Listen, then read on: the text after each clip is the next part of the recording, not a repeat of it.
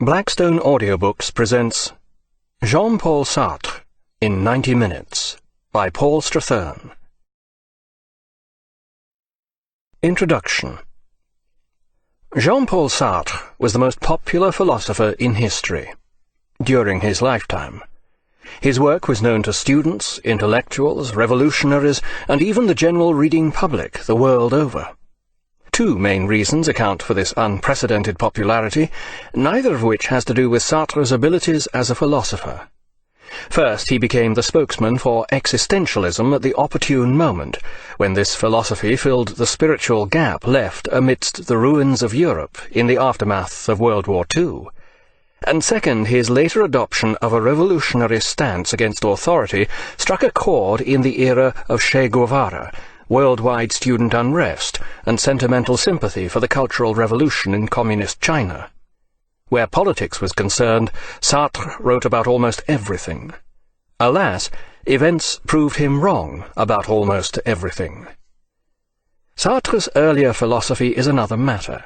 He may not have been the first existentialist, but he was the first publicly to accept this label. He was also one of its most able exponents. Sartre's ability to develop philosophical ideas and their implications remained unrivaled in the 20th century.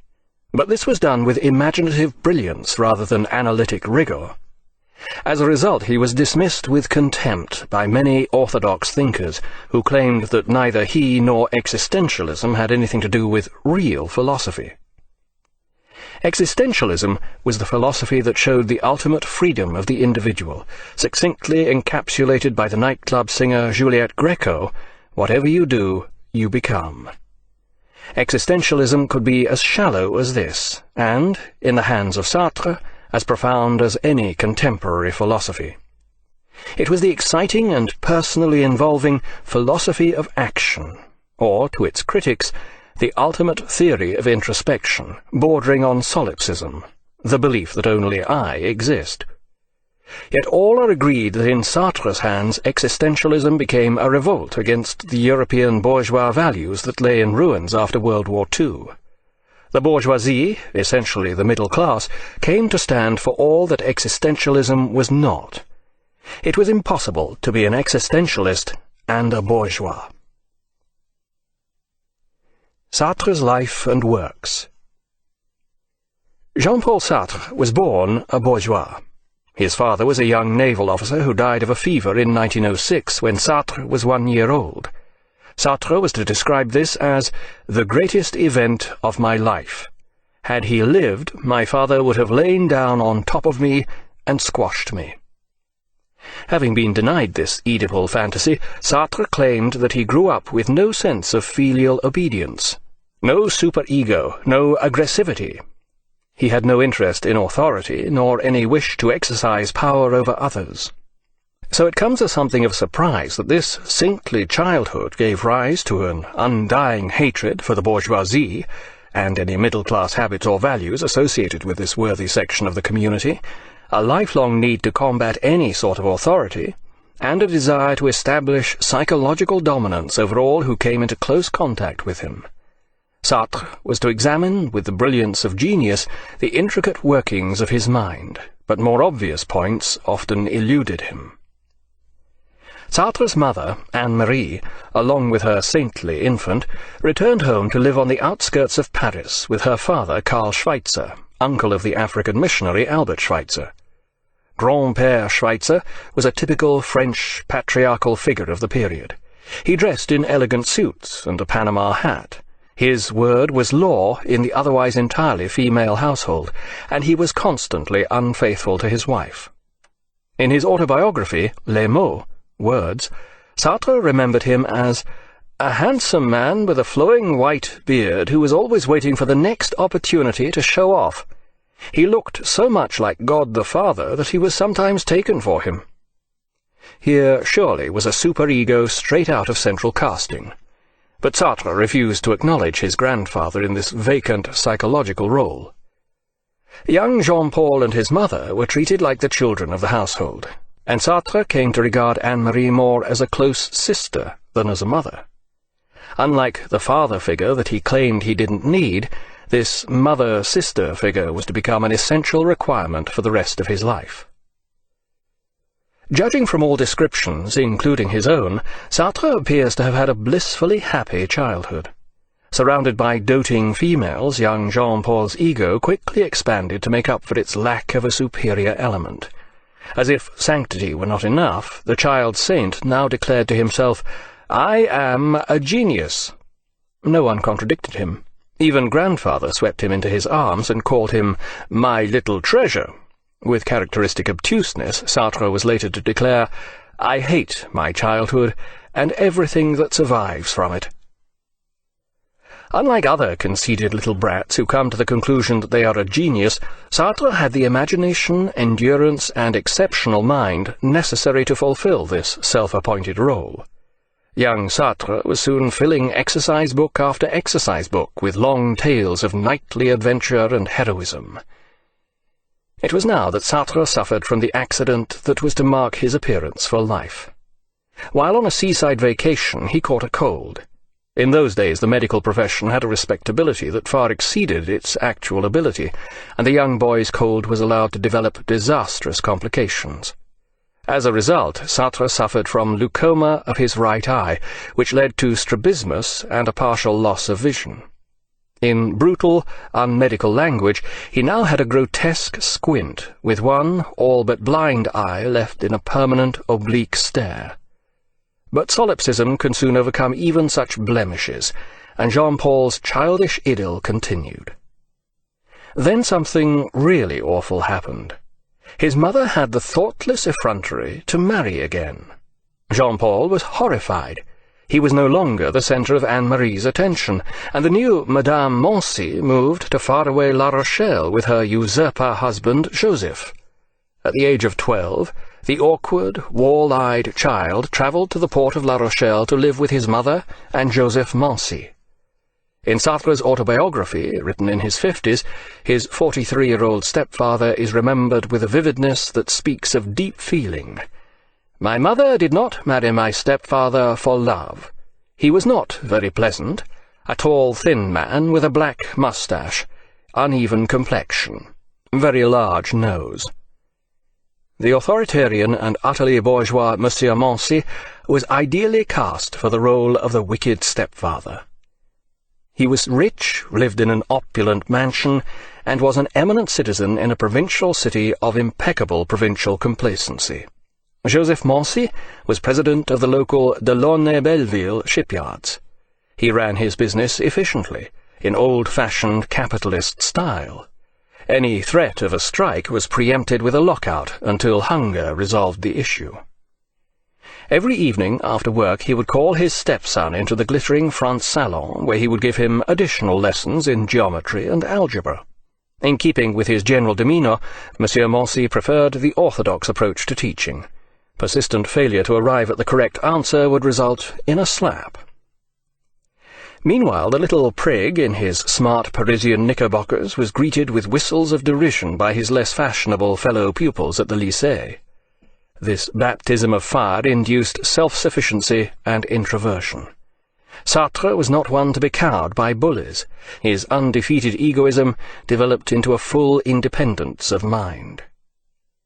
The more perceptive among his classmates recognized that the short, puny dandy who had a face like a frog possessed an exceptional mind, despite the fact that he didn't excel in exams. Possibly as a direct result of his stepfather's insistent tutoring, France's best mind of his generation usually settled about a third of the way down from the top of his class. Sartre occupied the traditional double role of resident genius and class scapegoat. He was the unpleasant, spotty little character in glasses who knew everything, and made sure everyone knew this. But he had also developed the revealing habit of making blunders. One anecdote will suffice. Characteristically, the source is Sartre himself, 40 years later. Like all the other boys at the lycée, Sartre would fantasize about the women in the port's red light district. His exceptional imagination had soon outclassed the rather paltry exploits of his teenage classmates.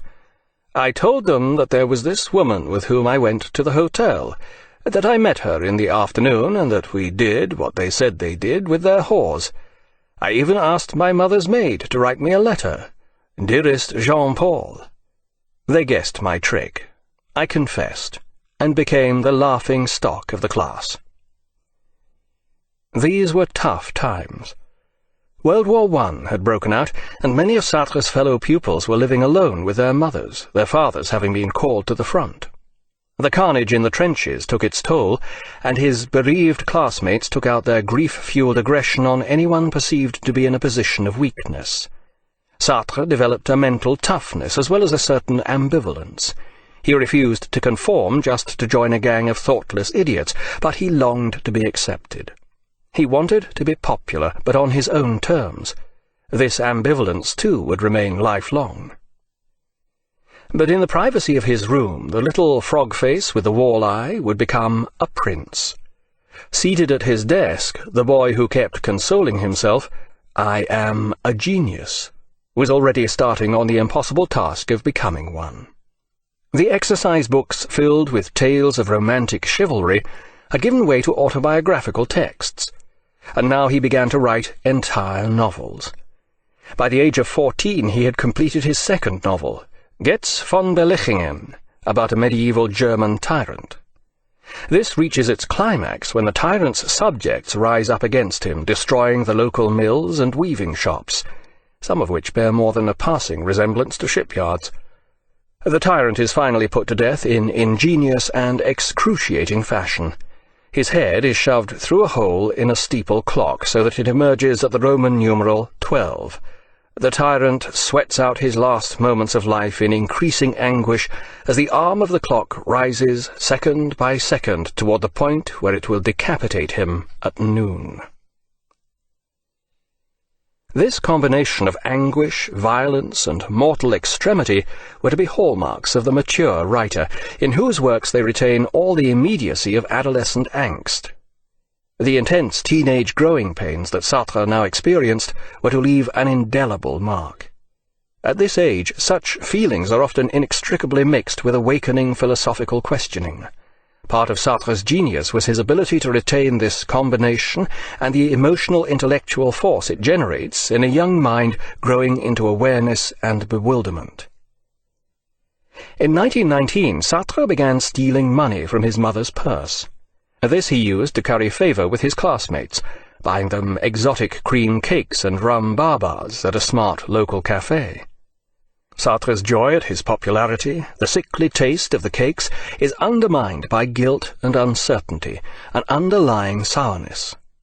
Another poignant emotional combination that was to become a recurrent theme, sticky sweet and nauseous. Inevitably, Sartre's ruse was unmasked, involving him in further ridicule from his ungrateful school pals, and the usual parental rumpus. Some sort of climax was reached, and Sartre volunteered to return to Paris, preferring to live under the iron rule of God the grandfather rather than that of Mammon the cliché stepfather. Sartre the rebel was now learning to choose where to rebel, which circumstances were best suited to his particular form of rebellion, useful first steps in what was to turn into a lifelong campaign. At 15, Sartre became a weekly boarder at the prestigious Lycée Henri IV. He began reading voraciously, absorbing a huge range of literature, much of it beyond his emotional or intellectual comprehension. Meanwhile, his writing branched out into notebooks of aphorisms and philosophical speculation. The standard of these pensées can be judged from his definition of love. Desire consists of treating a woman as a means, not an end. Love consists of treating a woman as an end, not a means. As with so much of this kind of quintessentially French wisdom, his remarks teetered between the spuriously epigrammatic and genuine insight. His philosophy teacher remarked perceptively of his excessive elaboration of insufficiently clarified ideas, which remains to this day the orthodox Anglo-American position on Sartre's entire philosophy. Sartre passed his baccalaureate, the tough national school graduation exam, and secured a place at the École Normale Supérieure. Contrary to its name, there is nothing normal whatsoever about this school, which skims the cream of France's university students. A selection of Sartre's contemporaries here gives an indication of the standard. These included such future stars as the philosophers Raymond Aron and Maurice Merleau-Ponty, the leading anthropologist Claude Lévi-Strauss, the finest if most hysterical theologian-philosopher of her time, Simone Weil, the future great director of the École itself, Jean Hippolyte, and the writer-philosopher Simone de Beauvoir. Sartre thrived in this hot-house atmosphere. According to his friends, his ugliness vanished the moment he spoke. The spotty little student in glasses shone at the café tables of the left bank. Except when he's asleep, he thinks all the time. He was the best and most generous companion imaginable. Underneath the cynicism and self-disgust which he willingly displayed, his secret was indubitably a great softness which he managed neither to acknowledge nor to disclaim. According to Sartre himself, I was 1,000 Socrates. Emerging from his shell, he developed a prodigious thirst for beer, and discovered to his delight that young women, bamboozled by his intellect, were capable of finding his ugliness attractive. His thirst for sexual conquests was soon second only to his thirst for beer. But neither of these could match his appetite for books, ideas, knowledge. He read everything. Everything, it appears, except what he was required to read for his courses. To the astonishment of everyone, especially himself, Sartre failed his first attempt at the agrégation, graduation exam. As a result, during the following year, his brilliance became a little more directional. Despite his failure, Sartre remained the star pupil. By now he had acquired the scruffiness encouraged by student life in Paris, where running water was a rarity. Sartre soon dispensed with such bourgeois customs as bathing, and took up smoking a pipe, whose aroma was presumably strong enough to disguise any other emanating from a nearby source. He would be seen at cafes in the Latin Quarter engaged in intense intellectual discussion with his circle of cronies, which included Aron and, briefly, Merleau-Ponty. Philosophy was the usual topic of conversation. There was no point in joining this table unless you had something particularly intelligent to say, and could say it with intellectual verve. One day the group was joined by a tall, serious-minded 21-year-old girl who was interested in philosophy. Her name was Simone de Beauvoir, and she quickly demonstrated that she could hold her own in their philosophical discussions. Simone de Beauvoir was of impeccable bourgeois background, much like Sartre. She had received an upper-class convent education, which she was now earnestly rebelling against. She quickly acquired the nickname the Beaver, a symbol of hard work and energy, according to the member of the group who christened her. Any salacious American associations with this name would have been viewed dimly, even by Sartre's determinedly unbourgeois group, though the men were not above similar Rabelaisian witticisms when they were having a few beers on their own. Charming, pretty, dresses horribly, she was wearing a hideous little hat, was how the debonair 24-year-old Sartre assessed de Beauvoir. It was love at first sight, according to de Beauvoir. Either way, Sartre and de Beauvoir became lovers. Sartre soon assumed the additional roles of mentor, exposer of bourgeois behaviour, and clothes adviser. "From now on, I'm going to take you under my wing," he told her. It didn't quite work out that way. Despite her brilliance, he demolished her in argument. But the Beaver responded with honest and penetrating critiques of Sartre's ideas. For the first time in his life, he'd met his match. The Beaver's critical pronouncements were received like Holy Writ. But it went deeper than this. Here was the double which de Beauvoir had fantasized about during the long, lonely years of her adolescence. And Sartre, far from becoming her fashion adviser, soon found himself being mothered. Suggestions of baths, change of shirt, pimple cream, and so forth. De Beauvoir may have found her psychological double, but Sartre had also found someone who had slipped into the vacant role of sister-mother. These roles were embryonic and largely unconscious to begin with, but right from the start it was obvious that this was no casual passing relationship. There could be no question of them entering into any permanent relationship.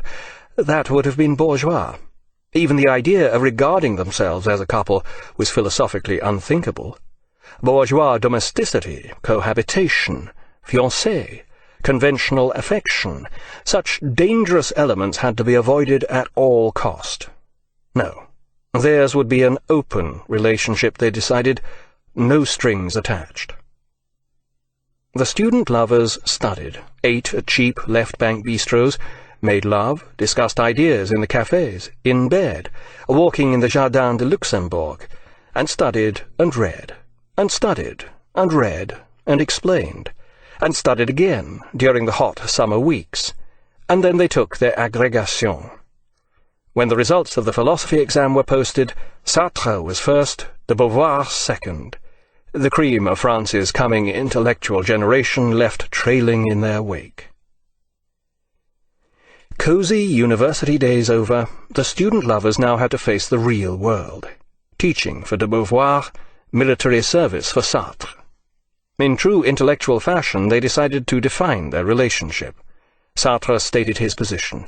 The abiding passion of his life was writing. All else would always remain secondary. Apart from writing, he believed in travel, polygamy, and transparency. After military service, he had plans to become a lecturer in Japan. He wanted to preserve their special relationship, but also enjoyed the company of other women. He refused to surrender his principle of personal liberty, therefore all notion of bourgeois fidelity was out. On the other hand, he did recognize that theirs was a special relationship. They would therefore agree to a 2-year lease. They would have 2 years of intimacy together, and then they would separate for 2 or 3 years. They would remain extremely close, but their relationship wouldn't grow stale and develop into a habit like any bourgeois relationship. The 2-year lease would ensure this. Having defined their relationship in curiously bourgeois and capitalist terms, Sartre proceeded to elaborate on this in a more emphatic philosophical manner, drawing on Kant's distinction between necessary and contingent truths. For Kant, a necessary truth was one whose denial involved a self-contradiction. For example, philosophers seek the truth. Truth-seeking is part of the definition of a philosopher, so to deny this statement involves a self-contradiction. On the other hand, to deny the statement, philosophers often talk twaddle, does not involve a self-contradiction. The statement is not necessarily true or untrue in any logical sense. Unless, that is, your definition of a philosopher includes the inability to talk twaddle. The truth of the second statement is thus contingent. Sartre proposed that throughout their 2-year lease and in the period after it, his relationship with the beaver would be necessary. Any other affairs he or she might embark upon would be considered contingent. Obtuse, unphilosophical thinkers may be forgiven for jumping to the wrong conclusion here. What did Sartre really mean? When he had a contingent relationship, it was not necessary even to tell her about it? On the contrary, this was where the third element of Sartre's travel, polygamy, transparency, life plan came into play. He wished for his relationship with de Beauvoir to be utterly clear and truthful. They would tell each other everything, and have no secrets. Viewed from a lifetime away, it is difficult for us to appreciate the novelty and daring of this relationship. Paris may have been the traditional city of lovers, but France in the 1920s remained in the stranglehold of bourgeois morality, as indeed did most civilized parts of the world, apart from Utah. The nuclear family was the foundation of conventional morality. Respectability was the order of the day, and hypocrisy was the order of the night. People broke the rules, but not publicly. Sartre and de Beauvoir came out of the closet. This was an audacious thing to do in France at the time, and their example was later to become an inspiration to intellectuals around the world. Here was an attempt to live an honest and open relationship in which both partners were independent and free. If relationships were to be rational, this surely was the way they should be. Whether or not even this relationship managed to achieve rationality is another matter, which will be discussed at a consequent stage of its development. Suffice to say that for the time being it did, or at least appeared to do so. In the immortal words of the man who so heroically defined the new relationship between thinking men and thinking women, The beaver accepted this freedom and kept it. Sartre set off for his 18-month military service, and de Beauvoir began teaching psychology at a girls' school in the Paris suburbs. Sartre must have been the worst soldier since Buster Keaton, but he eventually managed to escape into a meteorological unit where his friend Aron was the instructor. Together they blew up weather balloons and observed them drift away across the Loire Valley. Off duty he read voraciously, again everything from philosophy to detective mags. In between times he would concentrate his exceptional mental powers and think, usually straight onto the page. The beaver received and sent voluminous, almost daily letters in which they discussed the workings of their minds, and on the weekends they would meet. Sartre's invariable greeting, "I've thought up a new theory." In fact, he was doing very much the opposite, destroying one theory after another. Descartes was wrong, Kant was inadequate, Hegel was bourgeois. Not one of the traditional philosophies was adequate to life as it was lived in the 20th century. Intense introspection had made Sartre aware of his psychological topography, and he became fascinated by Freud, but in the end Freud too was not up to scratch. Psychoanalysis denied the autonomy of the mind. As the intellectual edifices fell one by one, all that was left was the freedom of the individual. The lecturer's job in Japan fell through, so after the army Sartre took up a teaching post at Le Havre, another provincial port city. The brilliant young student from Paris was suitably unconventional, enough to become popular with his students, but not enough to get himself the sack. One day, during the holidays, he was sitting drinking apricot cocktails with the beaver and Aron at a café in Montparnasse. Sartre was expressing his dissatisfaction with philosophy. It never came to grips with real life. Aron disagreed with him. Hadn't he heard of the German philosopher Husserl and phenomenology? "You see, mon petit camarade, if you're a phenomenologist, you can talk about this drink, and that's philosophy." Sartre listened, spellbound. Here at last was the philosophy he had been looking for, a philosophy of the individual and his involvement in the world.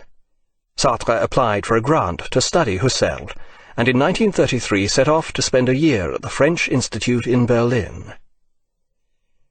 The overall term for the philosophy that Sartre had chosen to study was existentialism. This was originated by the 19th century Danish philosopher and religious thinker Søren Kierkegaard. He believed that the only basis for a meaningful philosophy was the existing individual. Philosophy had nothing to do with detached contemplation of the world and the rational attempt to decipher the truth. For Kierkegaard, truth and experience were inextricably intertwined. We had to abandon the idea that philosophy was some kind of exact science. Previously, philosophic certainty had been based upon epistemology, which studies the grounds upon which we base our knowledge. But Kierkegaard insisted that being human meant more than thinking.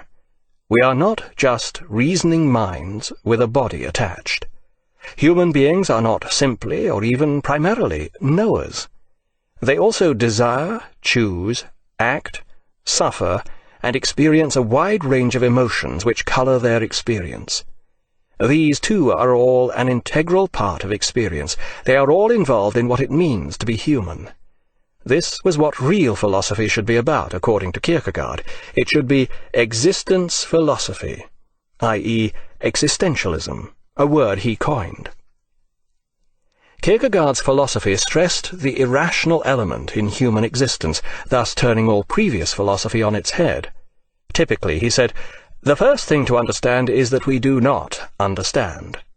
For him, subjectivity was truth, and truth thus became subjective. Philosophy should not aim to explain or illuminate the darkness of the world. It should aim to illuminate existence itself. We should aspire to become this life in its complete consciousness of itself. Here the first real difficulties of existentialism began to appear. In trying to explain itself, it became like a snake swallowing its tail. Having disavowed the rigidities of conceptual thought and argument, this left its own concepts and arguments blurred and muddied. To the rationalists, this rendered such arguments ultimately meaningless. But Kierkegaard remained undaunted by such attacks. He continued to maintain that instead of dealing in abstract principles, we should concentrate upon the particularity of experience and its essentially individual nature. Only in this way do we come to realize our utter freedom. True, when we experience this sentiment of the possible, it may overwhelm us with a sense of dread or angst. Yet this very angst is identical with the realization of our ultimate freedom to choose our life. The German philosopher Edmund Husserl was born in 1859, 4 years after the death of Kierkegaard.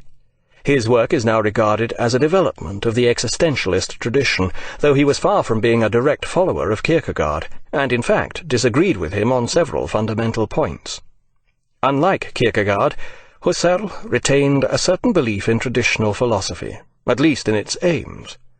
Indeed, his starting point was an attempt to overcome the division between the two main strands of contemporary philosophy, namely rationalism and empiricism. The rationalist element was epitomized by its originator, the 16th-century Frenchman René Descartes. He based his systematic rational view of the world upon one bedrock certainty, cogito ergo sum. I think, therefore I am.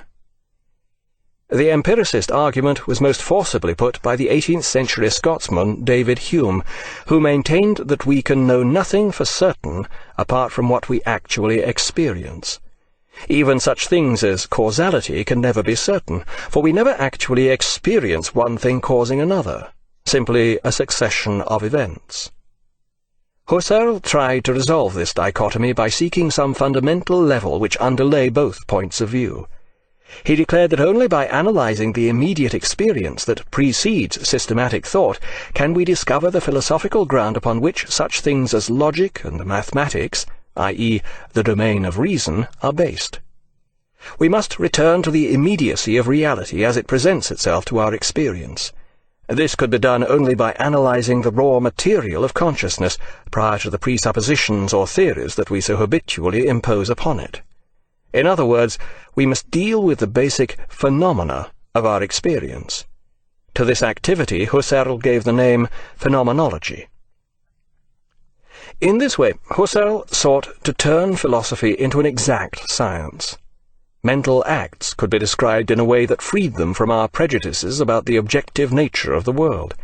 They could also be analyzed in such a way as to free them from assumptions about their own nature. Thus, phenomenology would require a scrupulous and scientific examination of one's consciousness as well as of one's intellectual processes, so that one could determine the ultimate phenomena of experience and experience it as it is. Now Sartre could see what Aron meant when he said that even talking about a glass of apricot cocktail could be philosophy. By examining the sticky, bilious phenomena that constituted this encounter, we could come to philosophical conclusions about the nature of experience, our being in the world, and thus existence itself. This was existentialism. May you live in interesting times, says the old Chinese curse. Berlin in 1933 was about as interesting as it gets. Before Sartre's arrival in September, Hitler had won election as Chancellor of Germany, and during the ensuing year he set about consolidating his power, marching his stormtroopers through the streets with banners and flares, holding public book burnings, dissolving the trade unions, purging the civil service and academia of Jews. Here was ideal schooling for someone who was later to set himself up as one of the leading political theorists of our time. Or so one might think. But Sartre had something far more interesting to study: his own consciousness. Judging from most reports, Sartre spent his year in Berlin in a kind of solipsistic daze, straining to discern the pure, untrammeled phenomena of his experience. Meanwhile, the cabarets of Isherwood and Sally Bowles were being smashed to smithereens. This lack of concern for the phenomena of reality, what actually went on out there and how things worked in practice rather than theory, was to become a persistent feature of Sartre's philosophical activity. With regard to the epistemology and phenomenology of existentialism, this flaw remained implicit, but it was to become increasingly obvious as he developed a more political philosophy. In 1934, Sartre returned to teach at Le Havre. Here he began to keep a notebook of his phenomenological quest. De Beauvoir persuaded him to turn this into a novel. Eventually this would be called La Nausée, Nausea. It is about a quasi-autobiographical character called Roquentin and his aimless life in provincial Bouville, mud town. Precious little happens, but this is perhaps the greatest portrayal of the existential condition ever written. It is a deeply involving work, but it is also something more, that rarest entity, a philosophical novel that is neither abstract nor didactic. In a profound sense, this is what existentialism is. Sartre is nothing if not ambitious here. He poses the fundamental question, what am I? But he refuses to answer this in any intellectual way. For him the answer lies in describing and brilliantly evoking the very feel of existence. Sartre's phenomenological quest had now led him to expand his notion of contingency. Hume had shown that we experience no such thing as causality, going on to expand his argument.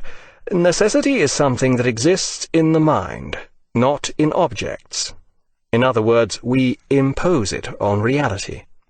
It is an assumption, a prejudice, which may have proved vital to our evolution, but this does not mean it exists in reality. Hume saw all this intellectually.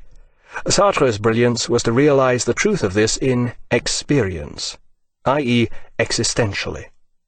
Everything was contingent. Indeed, our entire existence was permeated with contingency.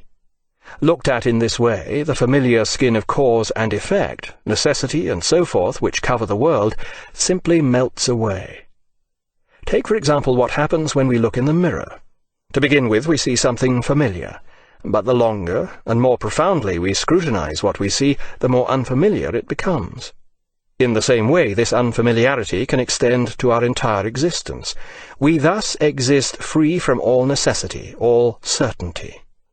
But as Kierkegaard had shown, this realization of the world's strangeness and contingency, and our consequent freedom in it, brings anguish, angst, dread. For Sartre, Roquentin, this manifests itself as nausea, which is likened to the taste of oneself, the very flavour of existence. This phenomenological quest reaches its climax in a celebrated passage where Roquentin confronts and experiences the root of a chestnut tree. In an even more profound way than one's face loses its familiarity in the mirror, for Roquentin the particularity of the chestnut tree becomes utterly alien, and yet absorbing. It no longer had the inoffensiveness of an abstract category. It was the glue of actuality. This root was moulded in existence, the diversity of things. Their individuality was only an illusion, a veneer. This veneer had melted, given way to moist solidity, monstrous and chaotic, nude, fearfully and obscenely nude. Ultimately, reality was viscous and obscene. During this experience, Roquentin had been nothing but awareness, and concomitant with this awareness came the realization of the utter absurdity of everything. But once again, this was no intellectual realization. This absurdity was neither a mental idea nor a spoken word, but this long snake rotting at my feet, this wooden snake, i.e. the chestnut root. I realized that I'd found the key to existence, the key to my nausea, to my whole life. I'd experienced the absolute or the absurd. Confronting this large bulbous paw, the root, neither ignorance nor knowledge mattered. The world of explanations and reasons is not that of existence. As a result of this, Sartre understood, man is what he is in the present tense, and he's only there. This had important implications for those who sought meaning in their existence. One cannot put life into perspective while living it. It steals up on you from behind, and you find yourself inside it. Sartre wrote several drafts of La Nausée, and between times wrote a series of short stories. These are less profoundly philosophical, but have a distinctly existential feel to them. In contrast to the novel, They depict various attempts to escape responsibility for one's own existence. The best of these is The Wall, where a man facing death by execution tries to imagine an existence he might have lived rather than facing up to the reality of his actual existence. Industrious as ever, Sartre also wrote directly philosophical works in which he attempted to apply Husserl's phenomenological methods to an analysis of the emotions and the imagination. In Sketch for a Theory of the Emotions, the first inadequacies of the phenomenological approach become apparent. The emotions are viewed as an evasion of the phenomenological transparency that confronts existence naked. They create a magical world of self-delusion. In seeking a theory of the emotions, Sartre avoids a psychology of the emotions. Psychology is viewed as subordinate to philosophy, rather than as an integral part of the individual. We may achieve phenomenological transparency by using our reason rather than our emotions, but its object is hardly a reasonable state. Sartre's nothing but awareness may have the intellect in abeyance, but the vision of viscous, obscene, nude reality is charged with emotion. Likewise, the consequent brave attempt to take responsibility for our own existence and act accordingly can never totally elude psychological or emotional content. It may be salutary to try to act as if we are free of our psychology, but we can never completely achieve that freedom. Yet Sartre's insistence that we must never hide behind such things is undeniably a brave prescription for a philosophy of action. By now, de Beauvoir had a teaching post at nearby Rouen, and they would meet on the weekends. They also continued to correspond at length during the week. As they had intended at the outset, their relationship remained totally open. There were no secrets whatsoever between them. Yet here again this utter transparency would never be free of psychological undertones. Voyeurism and other murky elements soon became apparent. Apart from its transparency, the necessary relationship was not flourishing. Sartre and de Beauvoir no longer had sex, and the 30-year-old Sartre was developing an appetite for young girls. De Beauvoir was of course aware of this. He told her absolutely everything, in graphic detail, which seems to have appealed to the lesbian element in de Beauvoir. Possibly to ensure that she remained in control of the situation, de Beauvoir introduced Sartre to one of her 17-year-old students, but only after she too had enjoyed a brief fling with her. Wanda was a waif-like half-Russian who had long blonde hair and an anarchic temperament. Read Spinoza, Barefoot in Winter, etc. Later, Sartre would move on to Wanda's younger sister, Olga.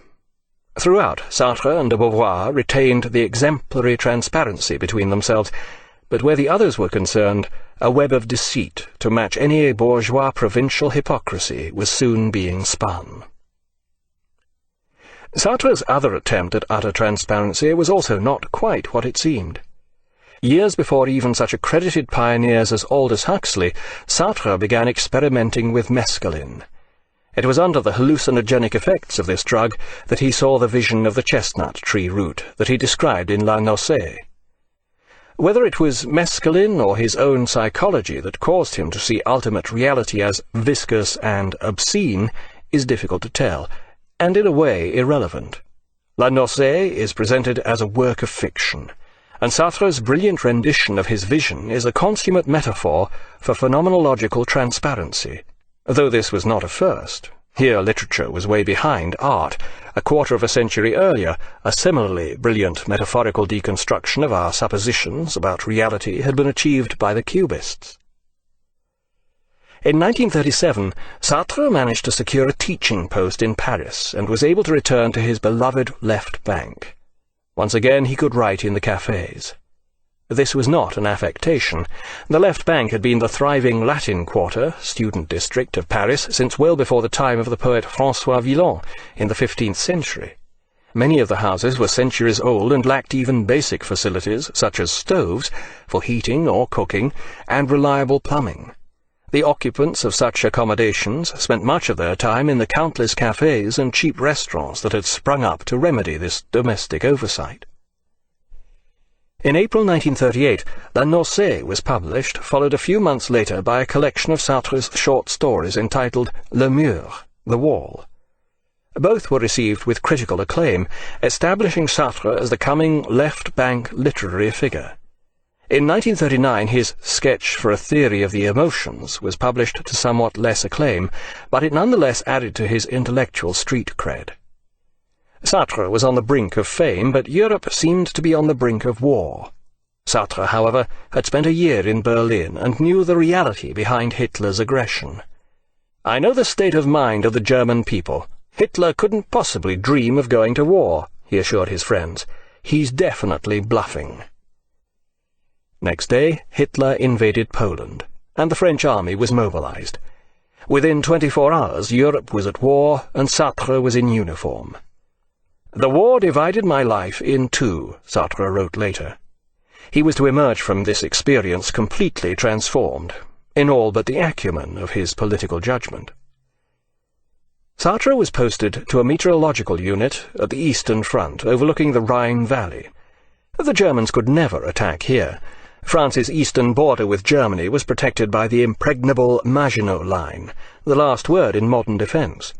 This consisted of a linear fortress of concrete bunkers and tunnels, with modern gun emplacements stretching from Belgium to Switzerland. But the French army was not entirely modernized. One of the essential modes of communication on this front remained the carrier pigeon, and the French army reserves consisted of not a few men of the calibre of Private Sartre.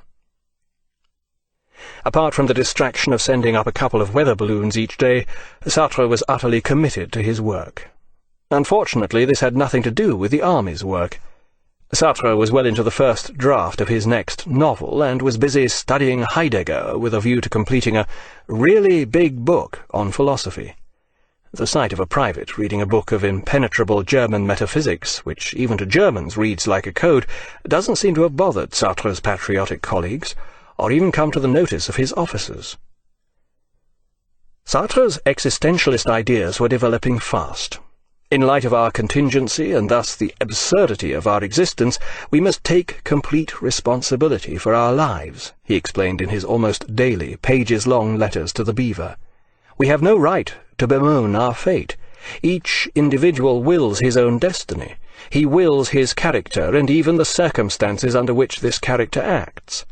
Taken to its logical conclusion, this has some peculiar implications, but Sartre was never one to shirk such difficulties. Yes, this did mean that he, as an individual, was responsible for everything," he explained to the Beaver, which meant he was even responsible for World War II, and he must be willing to accept this responsibility and act accordingly. As he later put it, "This is my war. It is in my image, and I deserve it. Everything happens as if I carried the entire responsibility for this war, so I am this war." This seemingly ludicrous position is in fact far more defensible than many seemingly more plausible philosophical positions. One has only to think of nihilism, or Wittgenstein's claim that all philosophy was just a misunderstanding due to linguistic errors.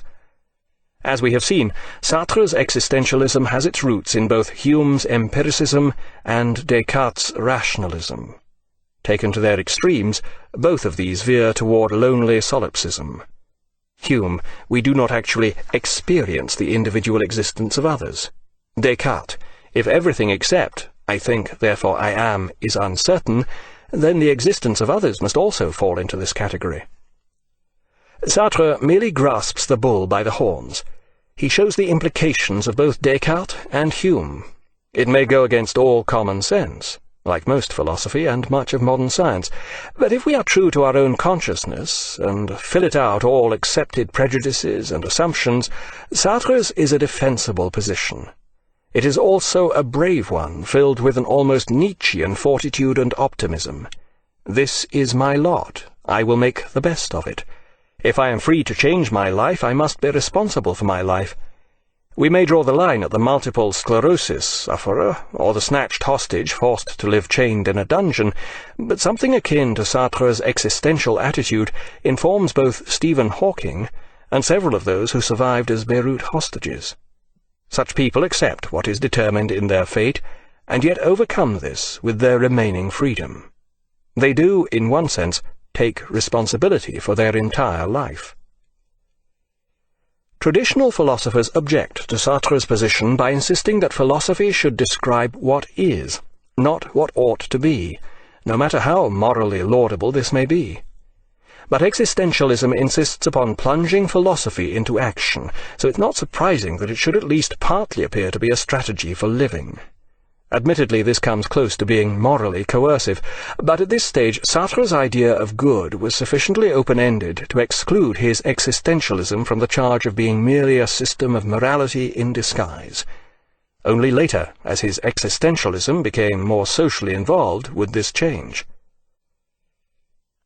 Meanwhile, unaware that he was merely a pawn in the existential condition of a meteorological private in the French army, Hitler overran Belgium, outflanked the Maginot Line, and invaded France.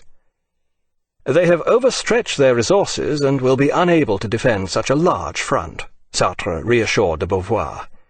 But he must have changed his mind, for within a month carrier pigeon traffic on the entire Eastern Front came to a halt, as Private Sartre willed his and the French army's surrender.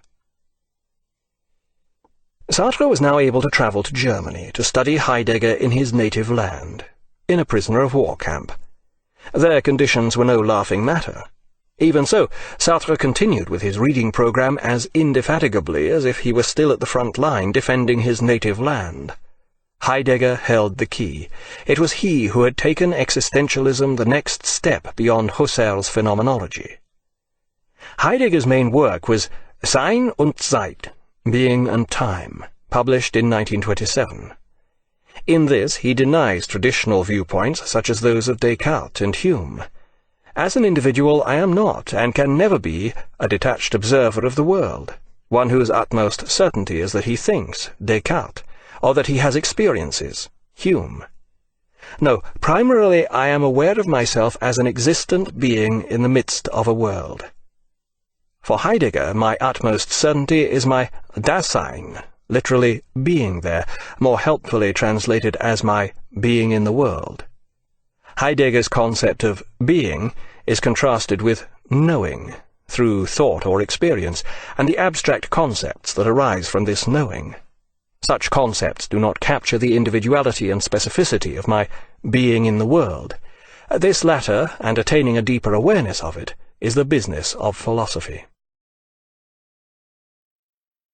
Heidegger's main preoccupation is with the question of being. In pursuit of this, he even rejects Husserl's notion of phenomenology. Acts of consciousness, free from all presuppositions, such as achieved by phenomenology, cannot be the fundamental source of our knowledge. Being in the world remains our primary awareness, and only from this can we begin to approach the question of the meaning of being. My fundamental sense of my own being is of course beset by the host of trivialities involved in my being in the world, the distractions of everyday existence. But it is still possible to approach an understanding of the significance of being. How? Only in the anticipation of death is all accidental and provisional possibility driven out. When one has grasped the finitude of one's existence, it pulls one away from the unending multiplicity of possibilities which immediately present themselves, possibilities such as comfortableness, shirking, and taking things lightly. To achieve this absolute resoluteness, we must be free for death. This is all very admirable, if a little Germanic.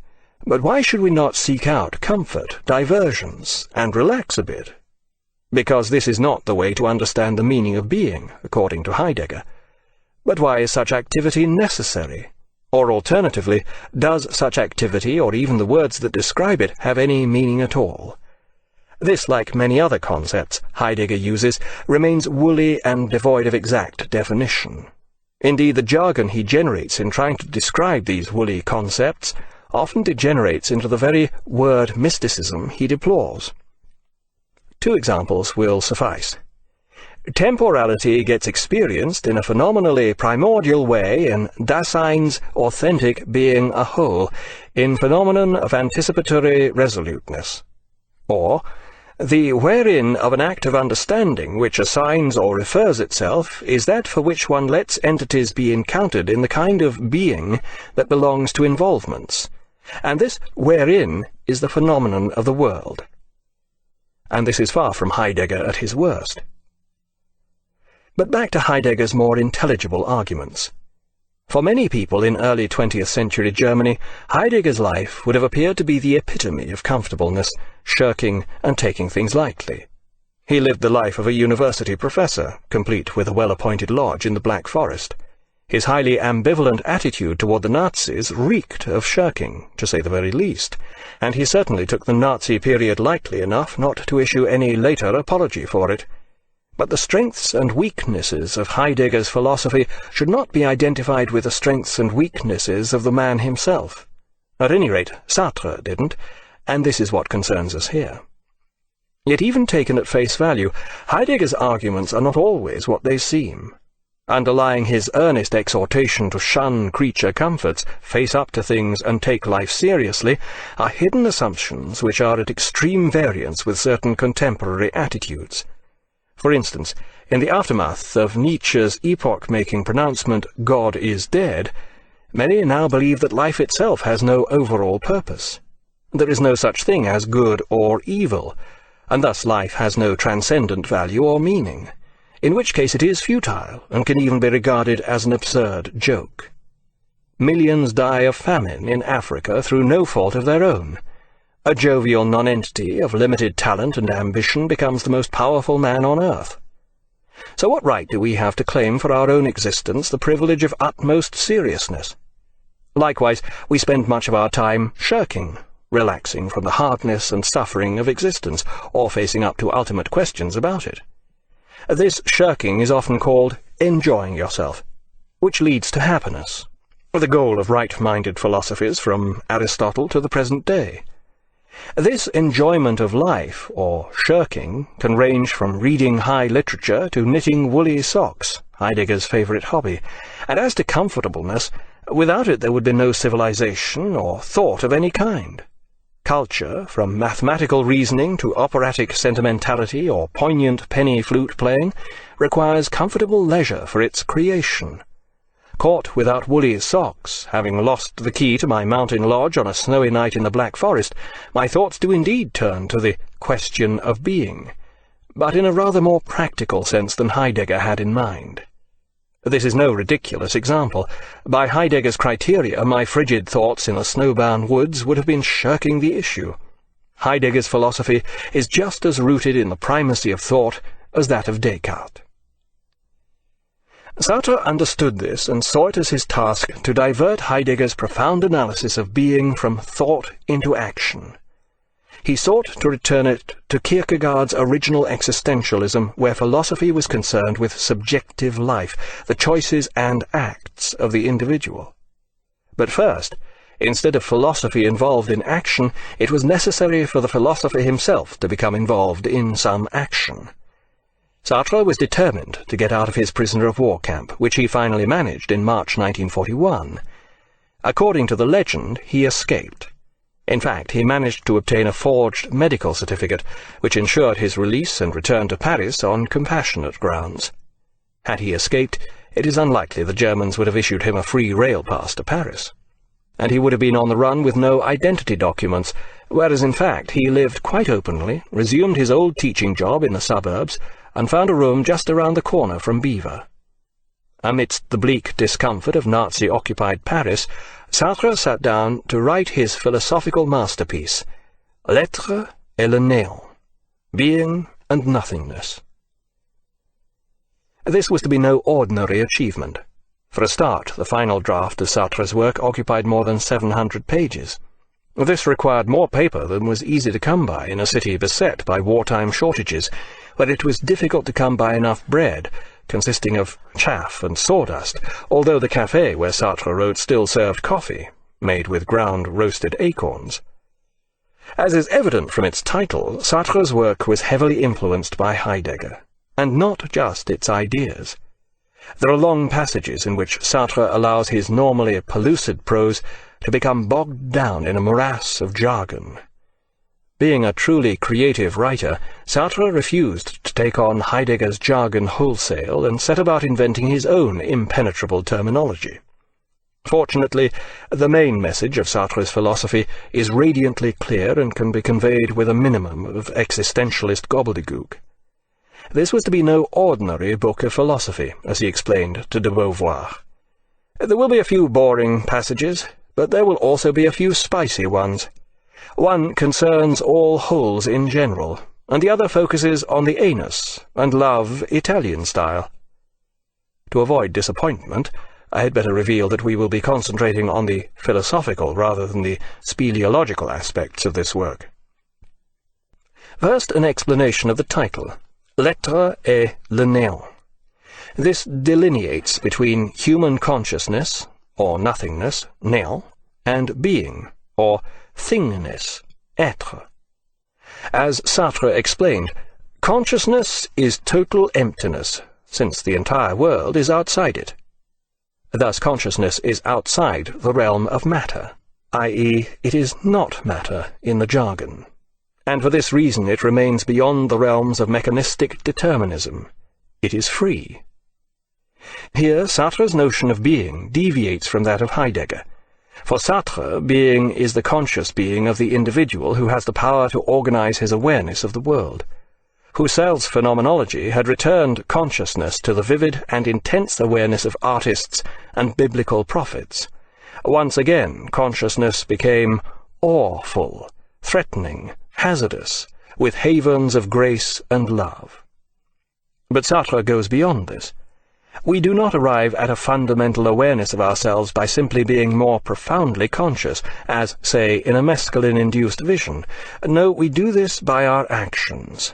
And such choice and action takes place not in any trance of heightened awareness, but in reality.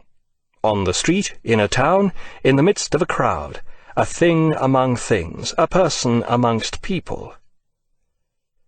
For Sartre, the fundamental is consciousness, not Heidegger's being.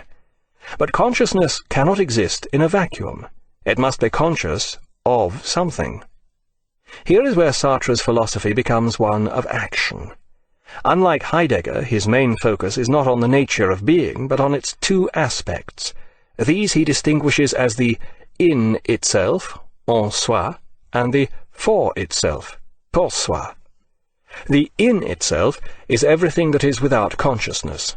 The for itself is the nothingness, the consciousness that is free and undetermined by the world of thingness or being. Like Heidegger, this too would appear ultimately to rely upon the Cartesian certainty of thought. But Sartre dismisses the notion that his consciousness is thought that results in knowledge, like that of Descartes. The for itself doesn't actually know anything. The point of view of pure knowledge is contradictory. There is only the point of view of engaged knowledge. The for itself is our purposive perception, which chooses and acts. As Sartre puts it, consciousness chooses itself as desire. In other words, consciousness actually creates itself through its choices. Sartre's entire philosophy hinges upon the freedom of the individual to choose. In doing so, he chooses himself. And this freedom remains, even when the individual finds himself in a historical situation that appears to hold him captive. Here the philosophy echoes the man, with his passionate belief in freedom and personal liberty. It also echoes the historical context. What could be more precious than freedom in a country under occupation by an enemy? Sartre's examination of and insistence upon the individual's ability to choose himself shows all the hallmarks of being written during the war. In this, it is a brave philosophy of defiance. If I am enlisted in a war, this is my war. It is in my image, and I deserve it. No mention is made of the enemy. The enemy is acceptance of the status quo, of the given, going along with the crowd rather than choosing oneself. The enemy is the acceptance of other, i.e., all that is other than my individual consciousness. Yet Sartre also makes it plain that this is an absurd situation. The human enterprise, individual endeavor, is ultimately futile. There is no ultimate good, no God, no transcendent set of values against which all are or will be judged. Again, the echo of living under a vicious and immoral regime is plain here. Equally obvious is that Sartre's description of the individual human predicament transcends the particular conditions of Paris under Nazi occupation. Half a century later, our predicament may appear less bleak and intense, but its lineaments remain identical, if we accept Sartre's atheism.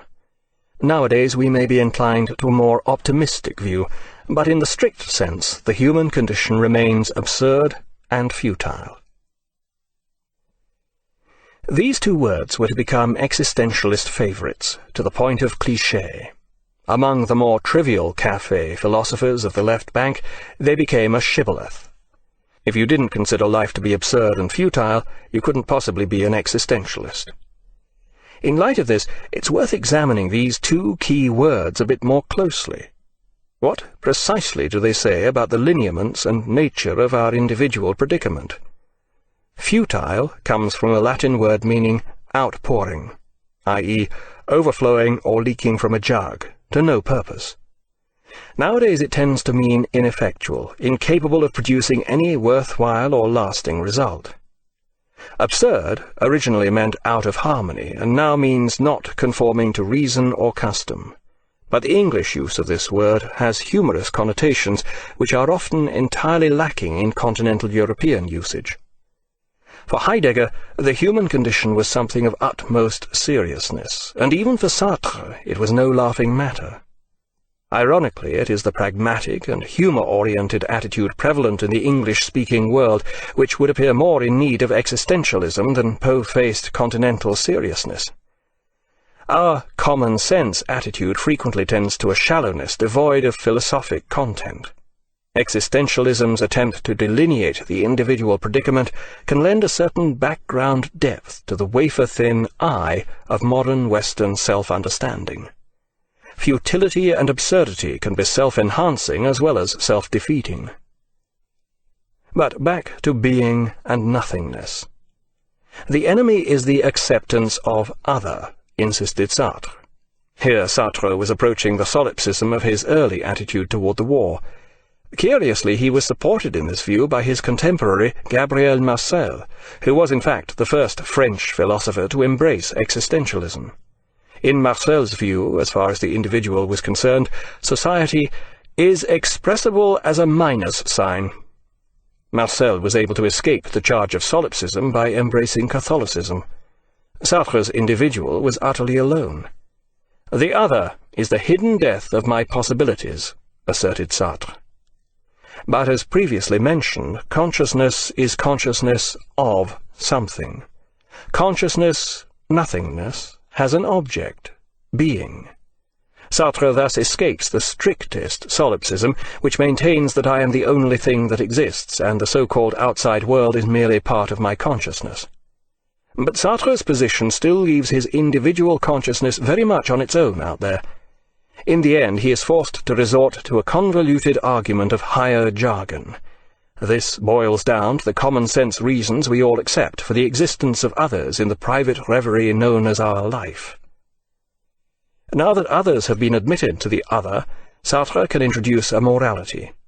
Ironically, his morality has nothing to do with others. It is a suitably absurd morality for an absurd world. With no apparent irony, he maintains, all human activities are equivalent. Thus it amounts to the same thing whether one gets drunk alone or is a leader of nations. If one of these activities takes precedence over the other, this will not be because of its real goal, but because of the degree of consciousness which it possesses of its ideal goal. Anyone who has brought up a child, become involved with a dope addict, or felt the need to place everything on a sure thing in the Kentucky Derby will spot at once the flaw in Sartre's heroically liberal argument for the equivalence of all human activity. Yet paradoxically his ensuing argument here makes utter sense of his seemingly ludicrous earlier assertion. In choosing what we do, we should be aware of what we are doing, and must take full responsibility for it. My aim should be to increase my consciousness, to become more self-aware and more aware of my predicament, as well as accepting responsibility for my predicament, my actions, and the self I create with those actions. If there is no such thing as ultimate good and evil, ultimate value, then no human activity is intrinsically better than any other. We must accept that they are indeed all equivalent. We choose to make one act better than another, and we do so by our own choice. This boils down to the very opposite of some casual, woolly liberalism where anything goes. With each choice I make, I am creating not only myself, but implying an entire morality, whether I like it or not. As Sartre indicated, this should be enough to make you think. Get smashed, or run for president. But be aware of what you're doing. This brings us to one of Sartre's key concepts, mauvaise foi, literally bad faith, but perhaps more easily understood as self-deception. We act in bad faith when we delude ourselves, particularly when we attempt to rationalize human existence by imposing upon it meaning or coherence. This can be done by accepting religion or any set of given values. It also includes any acceptance of science, insofar as this attempts to impose an overall meaning on life. To act in bad faith, therefore, means to avoid responsibility for one's actions by shifting this onto some outside influence.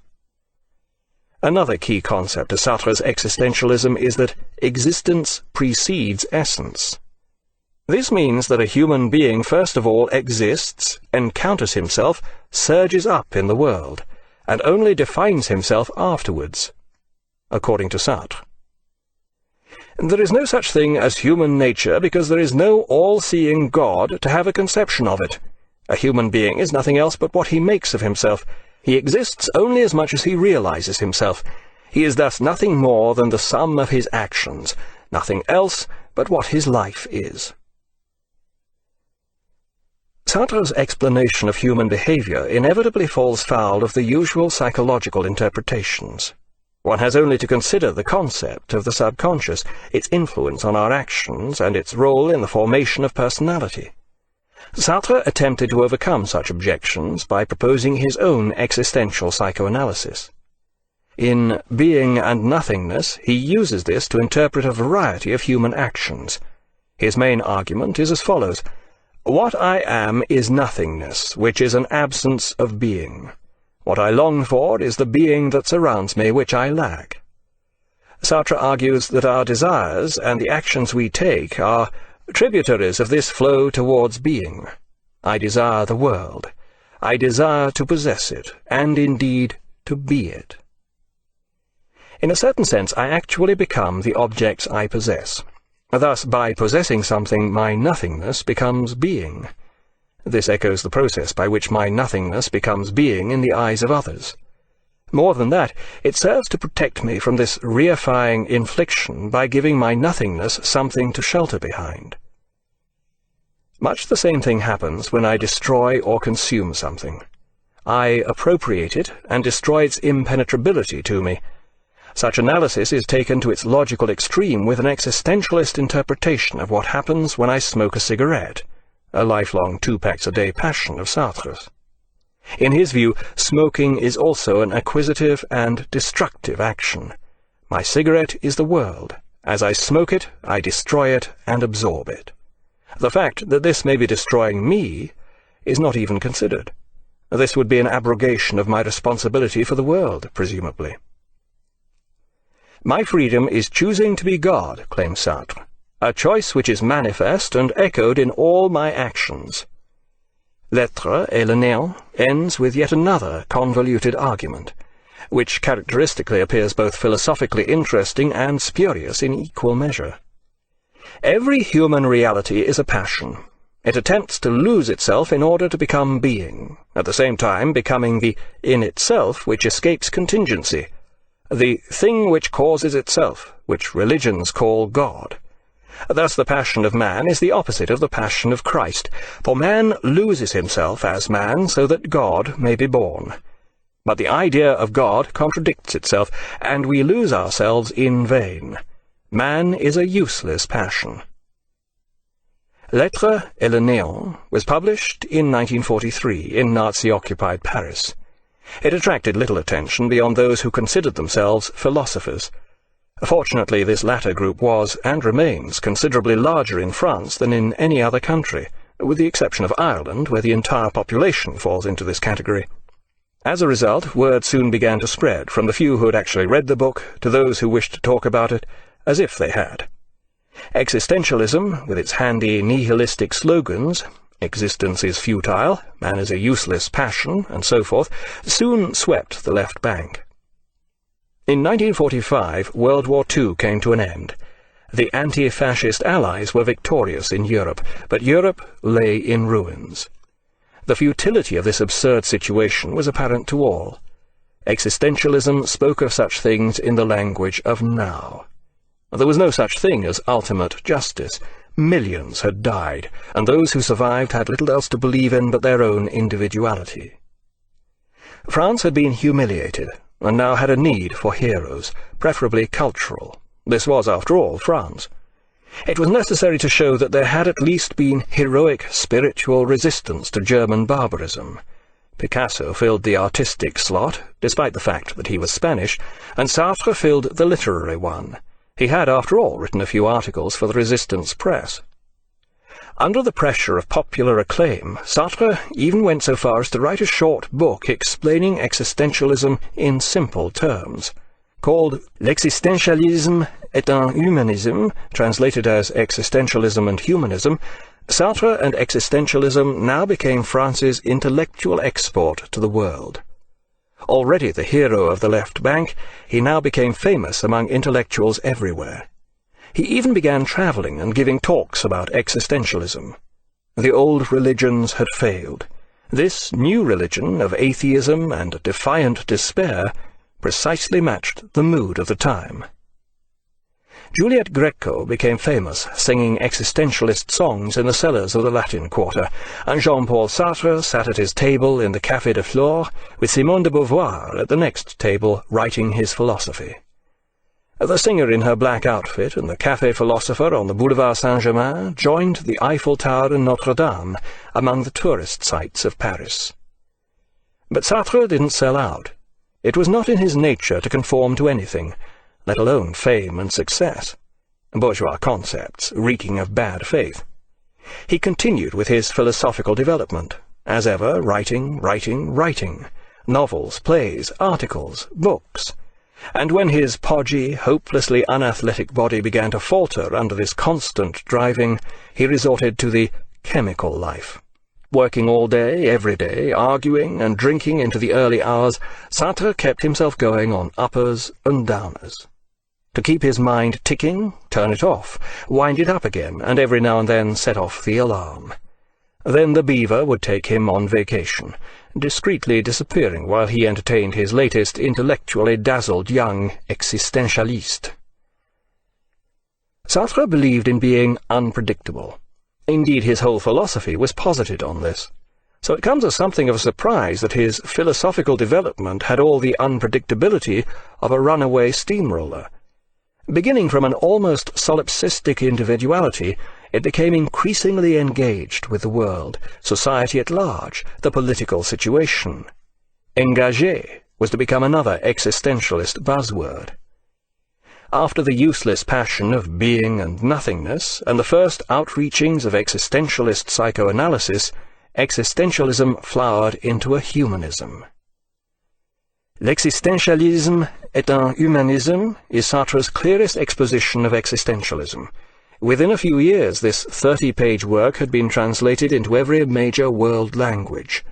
It contains the usual pithy slogans of quasi-nihilistic defiance. We are alone, without excuses. That is what I mean when I say that man is condemned to be free. Previously, Sartre had seen this freedom as gratuitous. Indeed, it seemed to encourage that notorious French concept, the acte gratuit, an impulsive, spontaneous action heedless of the consequences. Fortunately, this self-indulgent menace appeared more in literature than in life. For example, the character in Guides, the counterfeiters, who spontaneously pushes a passenger from a speeding train. Such acts, and the gratuitous existential freedom they exhibited, were said to be asocial.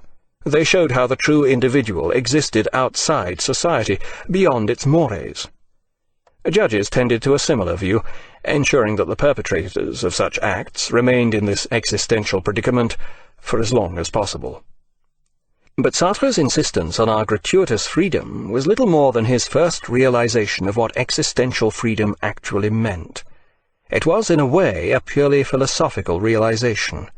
The pre-war provincial schoolmaster in Le Havre, who proposed it, did indulge in the occasional minor acte gratuit, frequently involving large amounts of beer. This made him popular with his students, but no acte gratuit prevented him from turning up to take his class in the morning. Sartre soon came to understand that although this was a tenable philosophical attitude, it was hardly a plausible social attitude. Indeed, rather than being asocial, as its proponents haughtily claimed, it was in fact just plain antisocial. In L'existentialisme et un humanisme, Sartre's understanding of individual freedom takes on a social aspect. For Sartre, this freedom now implied social responsibility. Previously, he had held that with each choice we make, we are not only creating ourselves, but implying an entire morality. From here it is only a small step to social responsibility, but it is a major step. It acknowledges the existence of others, rather than just other, and accepts that these others play a distinct role in my predicament. In choosing for himself, man chooses for all men. For in effect, of all the actions a man takes in order to create himself as he wills to be, there is not one which is not creative at the same time of an image such as he believes he ought to be. Do as you would be done by. Peace on earth to all men of good will. Such sentiments occupy a central place in the morality of Western civilization. They received their strongest philosophical backing with Kant's categorical imperative, upon which he based his entire moral system. Act only on that maxim whereby thou canst at the same time will that it should become a universal law. Sartre's morality was not original. It wasn't even existentialist, though he claimed it as such by setting it within the context of his own existential outlook on life and his conception of freedom. In L'existentialisme et un humanisme, Sartre translates this humanism as follows. Man is always outside himself. It is only by projecting and losing himself beyond himself that he makes man exist. On the other hand, by pursuing transcendent aims, he himself is able to exist. Thus man is self-surpassing, and can grasp objects only in relation to his self-surpassing. He is himself the heart and centre of his self-transcendence. In other words, man creates his own transcendent ideals, which may transcend the world, being, but are at the centre of his own transcendence, nothingness. There is no other universe except the human universe, the universe of human subjectivity. As part of his anti-bourgeois attitude, Sartre had always inclined toward radical socialist views, though he insisted, "I am not a Marxist." But as his existentialism inclined toward social engagement, he found himself identifying a similar drift in philosophy itself. He concluded that there had been only three philosophies of the modern period: that of Descartes and Locke, the forerunner of Hume, that of Kant versus Hegel, and Marxism.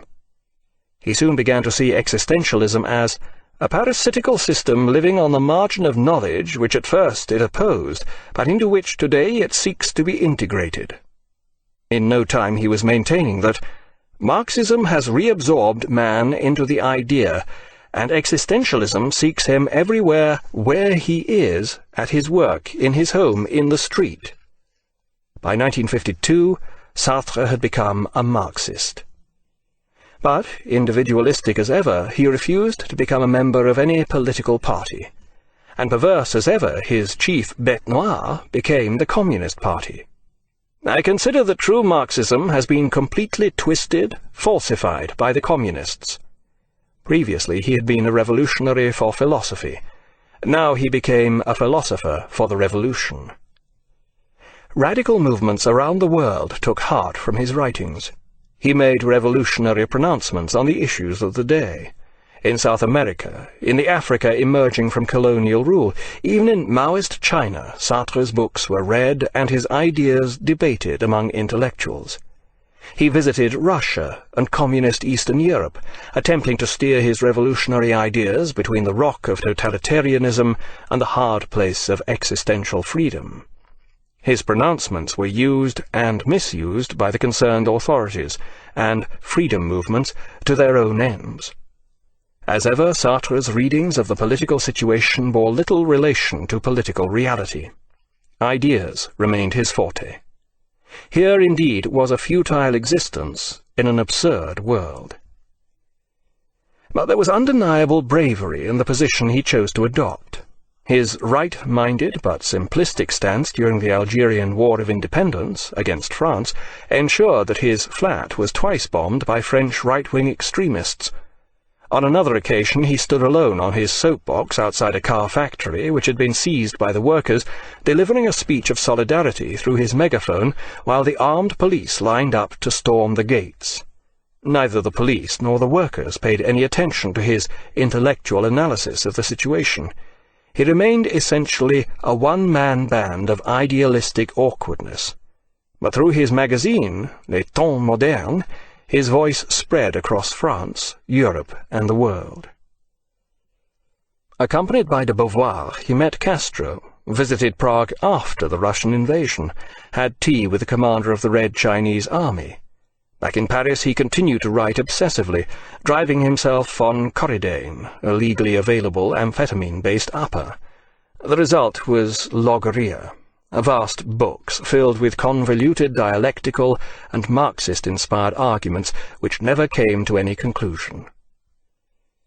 Sartre's last important quasi-philosophical work, Critique de la raison dialectique, translated as Search for a Method, was published in 1960.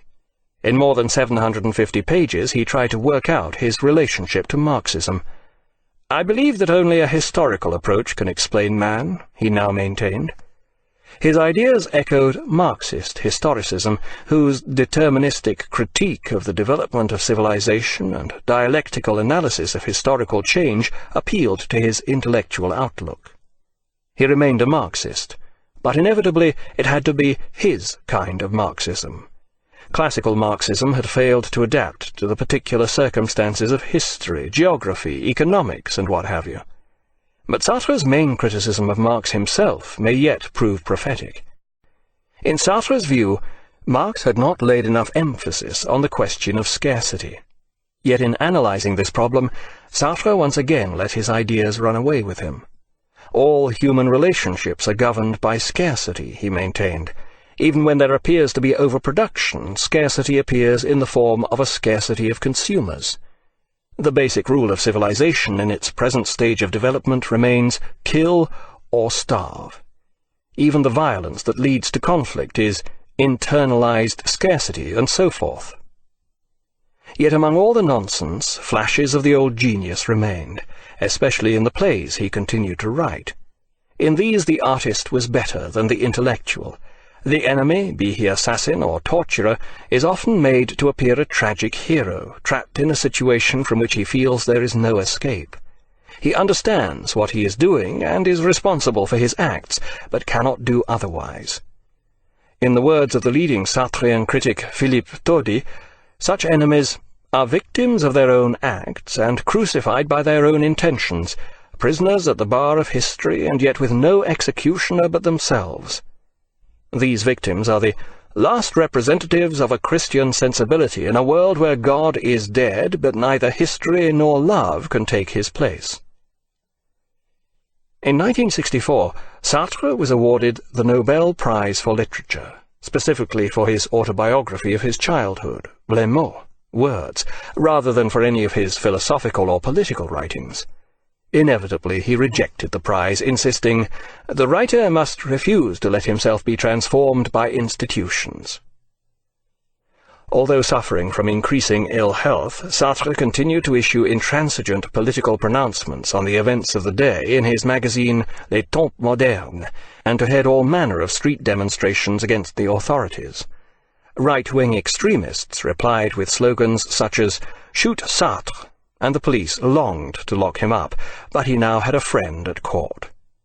President de Gaulle magisterially recognized a fellow great man of history, and let it be known, "You do not imprison Voltaire." But by this time Sartre was not so much Voltaire as Tintin. The intellectual current of the time had passed on. New ideas were emerging, such as structuralism and postmodernism, and with them new figures, Sartre, Derrida, Foucault. Pygmies in his shadow they may have been, but Paris is also the city of fashion. These were the latest intellectual fashion of the left bank, of engaged intellectuals and of the chattering classes worldwide. Sartre was old hat.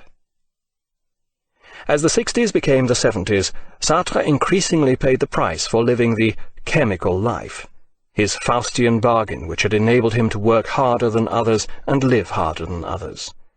Attended by de Beauvoir and his faithful retinue of young existentialists, some of whom were by now mature women, Sartre became increasingly frail.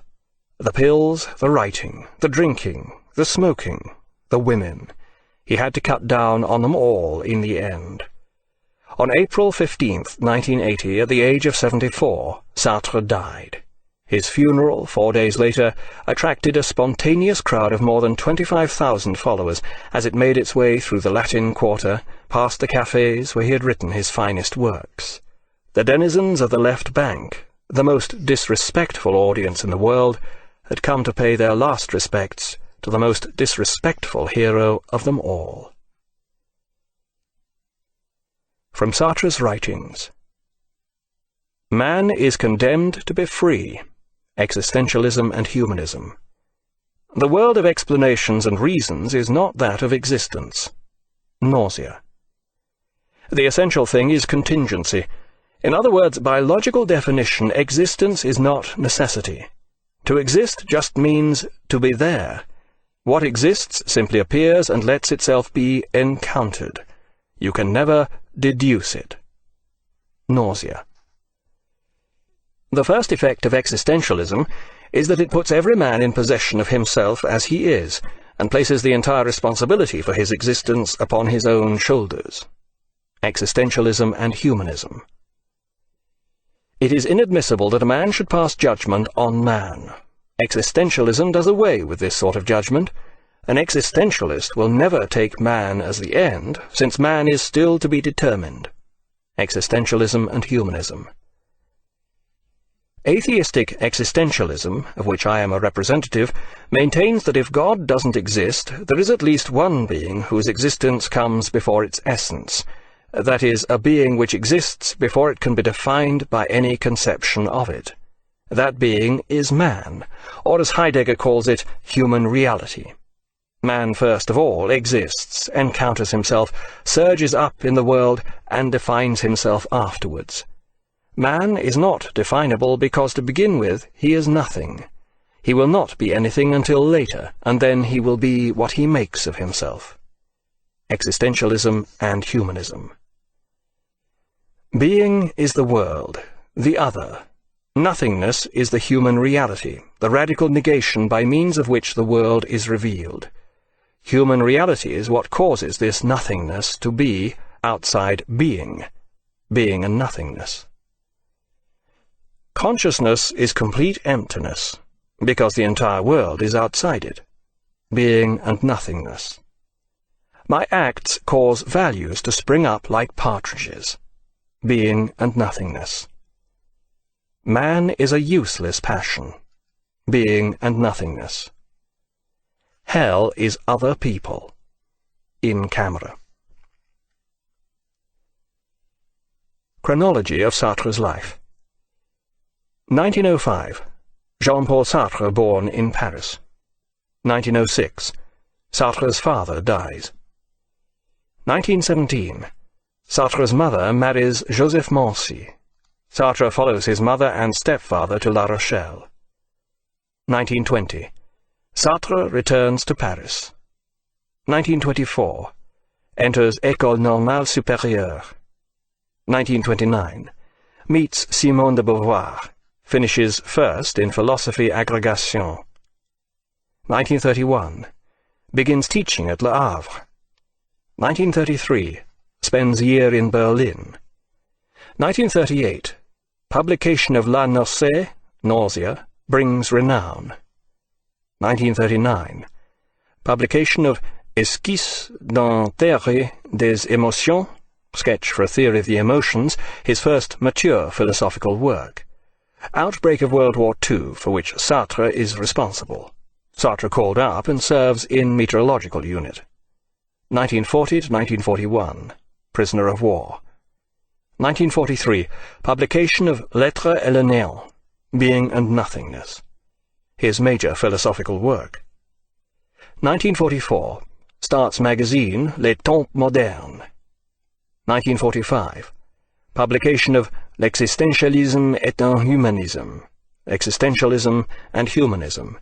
End of the war and period of increasing fame begins for Sartre as leading exponent of existentialism. 1952. Becomes a Marxist. 1960.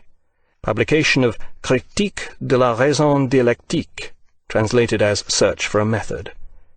1964. Publication of autobiography Les mots, Words. Turns down Nobel Prize.